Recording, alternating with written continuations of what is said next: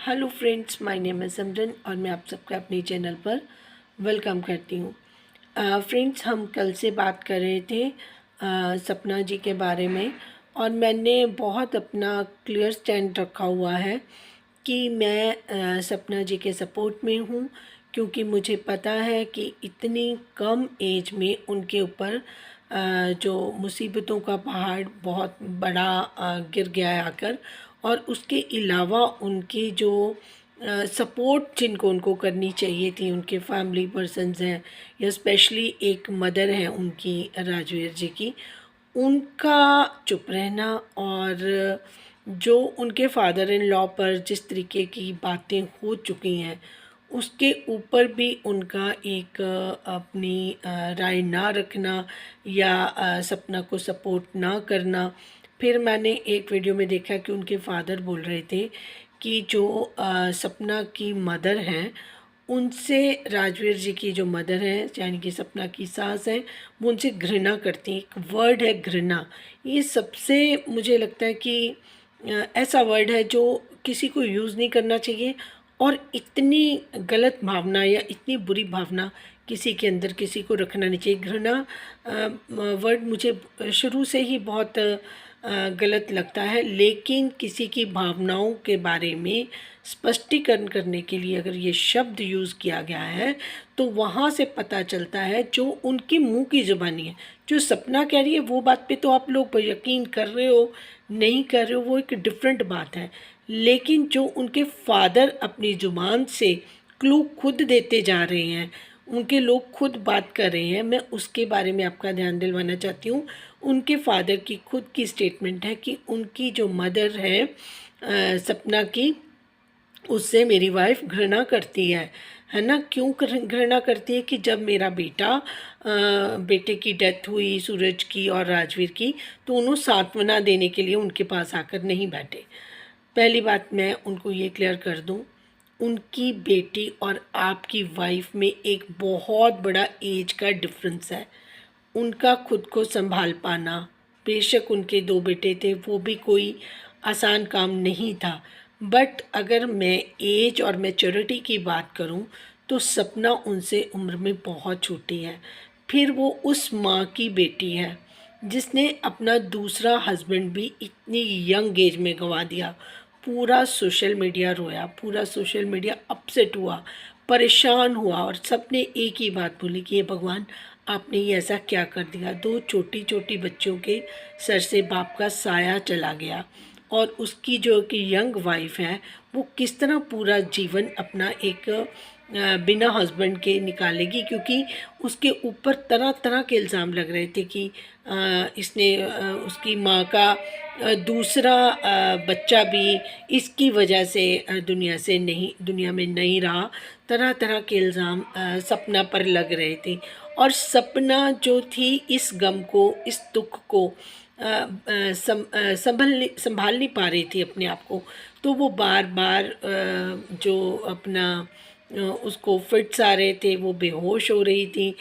Obviously सी बात है, कोई भी इंसान इतना ज़्यादा स्ट्रॉन्ग या सख्त नहीं हो सकता कि उसको दूसरी बार इतना गहरा ज़ख्म मिल जाए जो शायद कभी नहीं भरेगा और वो उस तरीके से अपने आप को संभाल लेगा। तो उसकी मदर अगर उसकी देख रेख करे कि अपनी बेटी को देखकर खुद भी तो वो दुखी थी। आपका तो बेटा गया था, उसकी तो बेटी की ज़िंदगी उजड़ चुकी थी। ये बात आपको समझ नहीं आती। मैं ये नहीं कहती कि राजवीर जी की माँ को दुख नहीं था, मैं कहती हूँ जितना राजवीर जी की माँ को दुख था उससे भी कहीं ज़्यादा सपना की माँ को था। सपना खुद जिंदा थी, लेकिन उसकी ज़िंदगी जिंदा जी होते भी पूरी जीवन वो इस जिंदा रहेगी लाश की तरह। वो जीवन जिएगी नहीं, वो जीवन अब काटेगी। इस दुख को भी उसकी माँ को ही बर्दाश्त करना था। और एज कितनी है बच्ची की, ये देखिए, इंसान कोई भी माँ हो, खुद पे कितना भी दुख आ जाए वो सहन कर लेगी, लेकिन जब अपने बच्चों की बात आती है ना, फिर उसकी उम्र कुछ नहीं है ना। एक बार उन्होंने और कोशिश की कि उसकी ज़िंदगी को वो संवार सके, लेकिन जो भगवान के हाथ में है, जो हमारे ज़िंदगी में हमें दुख मिलने हैं या जिस तरीके का हमारा जर्नी डिसाइड हुआ पड़ा है, उस रास्ते को तो हमने काटना ही है। लेकिन जो आस-पास वाले लोग हैं, उसके दुख को नहीं समझ पा रहे, उसके अपने लोग जिनकी जिनके बच्चों की वो माँ है। आप ये भी तो सोच के देखिए ना, रिश्ता कितना गहरा है। बच्चे दोनों, 2 बेटे थे, दोनों दुनिया से चले गए। मुँह बोली बेटी को ये इतनी इम्पोर्टेंस मिल रही है, जो उनका खुद के अंश है, चाहे वो लड़कियां ही हैं, उनको कोई फ़िक्र नहीं, उनको घर से बाहर, उनके बिना वो ज़िंदा कैसे रह सकते हैं। पहले मेरा क्वेश्चन तो ये है, उनकी तो आत्मा उनके पास उड़ के जानी चाहिए। अगर सपना बुरी भी है तो सपना की हर बात, हर चीज़, हर बात माननी चाहिए कि वो सपना को तंग नहीं करेंगे, तो वो अपने जो बच्चे हैं फूल जैसे, वो हमारे आंगन में खेलेंगे। हमारे बच्चों की यादें हैं उसमें, ठीक है, हमारे बच्चों का खून है, वो हमारे आंगन में खेलेंगे। इसलिए चाहे सपना बुरी है या अच्छी है, उसके साथ हम बना के रखेंगे, ये भावना होनी चाहिए थी।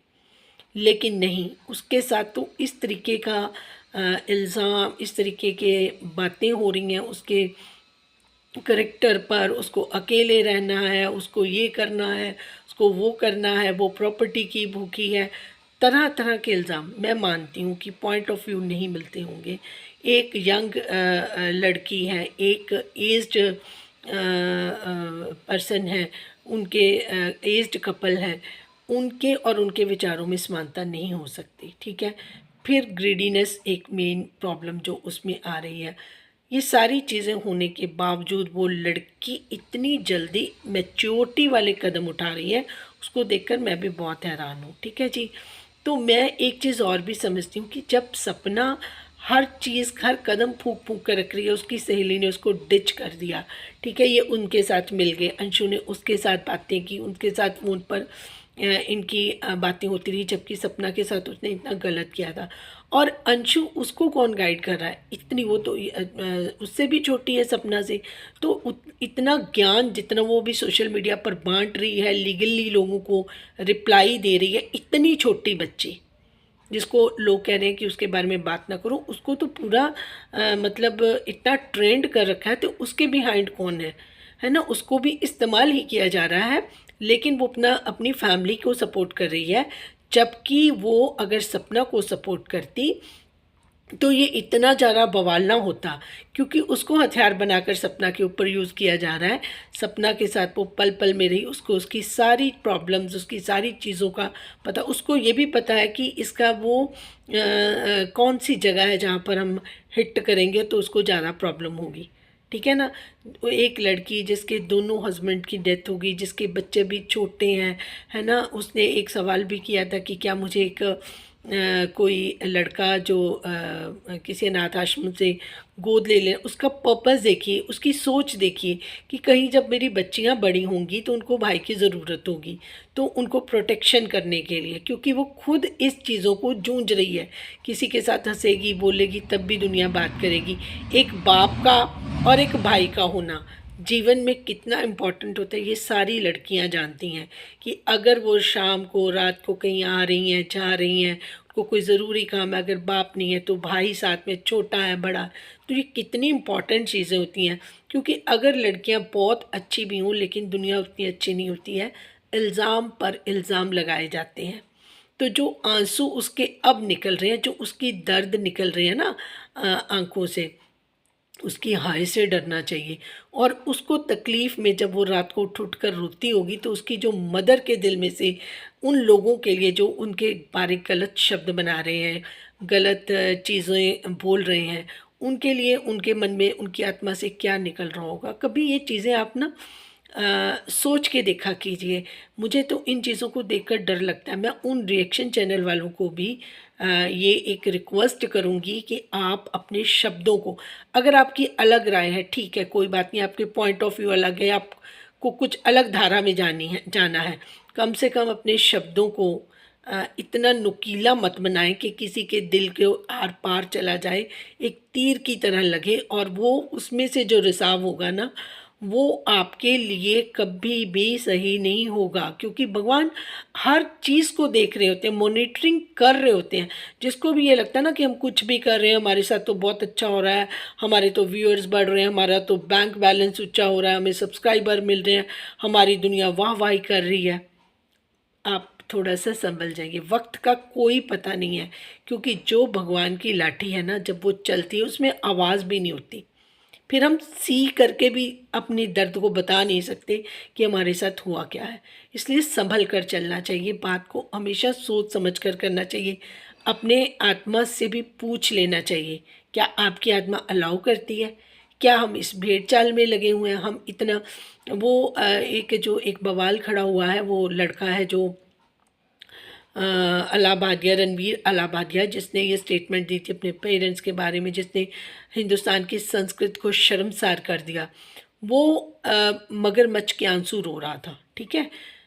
मुझे उससे कोई हमदर्दी नहीं। वो क्यों रो रहा था? कहता जी मेरी वजह से ये सारा ये जो काम था चैनल का वो बंद हो गया। वो काम को रो रहा था, ठीक है? कि हमारा काम बंद हो गया, हमारा बिज़नेस बंद हो गया, हमारा पैसा आना बंद हो गया। उसको इस चीज़ का रिग्रेट ही नहीं था कि मैंने अपने माँ-बाप के लिए कैसे शब्द यूज़ किए। इतनी इनसेंसिटिविटी हो चुकी है सोशल मीडिया पर, और लोग उनको अप्रिशिएट करने जाते हैं। कई लोग उनके लिए लड़ने जाते हैं कि जो उससे गलती होगी उसको माफ़। ये गलती है? आपने एक सोच समझकर इसको कंटेंट बनाया, ये गलती है? किसके लिए बनाया? पैसे के लिए बनाया? पैसा बहुत इम्पोर्टेंट है, लेकिन इतना भी इम्पोर्टेंट नहीं है। साथ तो कुछ भी नहीं लेके जाना, बोरे भर के ले जाओगे साथ में। ये डॉलर जो पैसा आप इस तरीके की बातें करके लोगों को गुमराह कर रहे हैं, भरमा रहे हैं, और किसी के अगेंस्ट उनकी यूज़ कर रहे हैं उनको, और उसके लिए उसका जीना मुहाल कर रहे हैं। वो किस तरीके से पागलों की तरह अपने पूरे घर में घूम रही होगी, बच्चों की तरफ ध्यान नहीं दे पाती होगी, बच्चों को परेशानी होती होगी। ये सारी चीज़ें राजवीर की मदर नहीं फ़ील कर पा रही हैं। उनको घृणा हो रही है अपनी बहू की माँ से। कहाँ-कहाँ पर आप जाकर रुकोगे, मुझे यही नहीं समझ आती। जो इंसान मानसिक तौर पर बीमार होगा वो ये बात, वो स्टेटमेंट ये देगा कि जी घृणा होती है हमें उसकी माँ से। क्यों? क्योंकि वो अपनी बेटी के साथ संभाल लिया उसने, और अपनी बेटी की इज़्ज़त को महफ़ूज़ कर लिया उसने, इसलिए उससे घृणा होती है। अगर आप ही अपने घर में अपने खेत को आग ना लगाते, अपने ही घर को नहीं जलाते, तो फिर वो लड़की तो आपकी सेवा के लिए वापस आ गई थी आपके घर में, कि चलो दोनों बेटे चले गए, मैं इनकी सेवा करती हूँ। मैंने वो भी देखे व्लॉग्स, रो रो कर बोलती थी। फिर उसकी जब मदर आई, उसके साथ मिसबिहेव किया गया, तब जाकर उसने निर्णय लिया कि ये लोग ना मुझे जीने देंगे, जो मेरा फ़ेवर करने के लिए आएगा, चाहे वो मेरा भाई, चाहे मेरी माँ, कोई भी आएगा, उसको इंसल्ट करके मेरे से दूर कर देंगे, ताकि कोई मेरे पास मुझे पूछने के लिए ना आए और ये अपनी मनमर्जियाँ करें। उनकी माँ और उनकी भाई का, उनके जो रिलेटिव्स थे, उसका जो उसको देख-रेख करना के चाहते थे, जो चाहते थे कि हम अगर आएँगे, जाएँगे तो इनको ये होगा कि माँ-बाप बैठे हैं इसके, सपना अकेली नहीं है। इस चीज़ की तकलीफ़ है आपको, इस चीज़ की घृणा है उसकी माँ से। एक बार आप सोच के देखिए, जितनी भी गृहिणियाँ हैं, जितनी भी औरतें हैं, जितनी भी लेडीज़ हैं, सबके जीवन में ऐसे लोगों का आप कभी ना कभी, कोई दूर का, नज़दीक का, आस-पास का, आमना-सामना ऐसे लोगों को जो मेंटली तौर पर बीमार है, होता रहता है। तो उस औरत के लिए जो उसके घर में एक बाप की जगह एक ऐसा इंसान है, जिसके बारे में वो अगर इतनी बड़ी बात कह रही है, तो ये तो नहीं है हो सकता कि वो झूठ बोल रही है। ठीक है? हाँ, अंशु बदल सकती है, वो उनकी मुँह बोली बेटी है, उनके एहसानों तले है, उसके पेरेंट्स को उसने सपोर्ट करना है, उसकी मजबूरी भी हो सकती है, और वो लालच में भी आ सकती है कि अगर हम इस तरीके से करेंगे तो वो शायद प्रॉपर्टी हमें मिल जाएगी। प्रॉपर्टी का मेन रोना ही यहाँ पर पैसे का है। ठीक है? एक यंग एज की इतनी ब्यूटीफुल लड़की, जिसके हमने पहले देखे हैं, इतना मतलब कम उम्र में उसकी शादी हो गई, उसके ऊपर इतनी चीज़ें हुई। मैं कहती हूँ दुश्मन के साथ भी भगवान ऐसा किसी के साथ ना करे, भगवान सबकी बेटियों को सुखी रखे, सबको खुश रखे, किसी का दिल ना दुखे। मैं ये दुआ करती हूँ, ये प्रेयर करती हूँ अपने भगवान के सामने, ठीक है ना जी। बट ये जो चीज़ें दूसरों के लिए बोलनी, गलत शब्द बोलने, है ना, उन चीज़ों से मेरा तो मन इतना आहत है ना, मैं बता नहीं सकती। कभी आप ठंडे दिमाग से बैठ कर, वो रिएक्शन चैनल वाले जो सपना को इस तरीके की बातें बोल रहे हैं, सोच कर देखना कभी कितना डिफ़िकल्ट है। एक हस्बैंड के बिना अगर वो 2-4 दिन के लिए कहीं बाहर भी कोई बिज़नेस ट्रिप टूर पर चले जाते हैं तो घर किस तरीके से सूना हो जाता है, खाने को पड़ता है, ना मन करता है कि कुछ खाएं, ना कुछ किसी आने जाने का कहीं मन करता है। जब वो आ जाते हैं तो वैसे ही एनर्जी घर में, पॉजिटिविटी, सिक्योरिटी कि वो बैठे हैं, वो सब कुछ देख लेंगे। ज़रूरी नहीं है कि अगर आप अर्निंग है तो आप उतने ही मेंटली स्ट्रांग भी होंगे या आपको पार्टनर की ज़रूरत नहीं होगी। पार्टनर की ज़रूरत तो देवताओं को भी थी।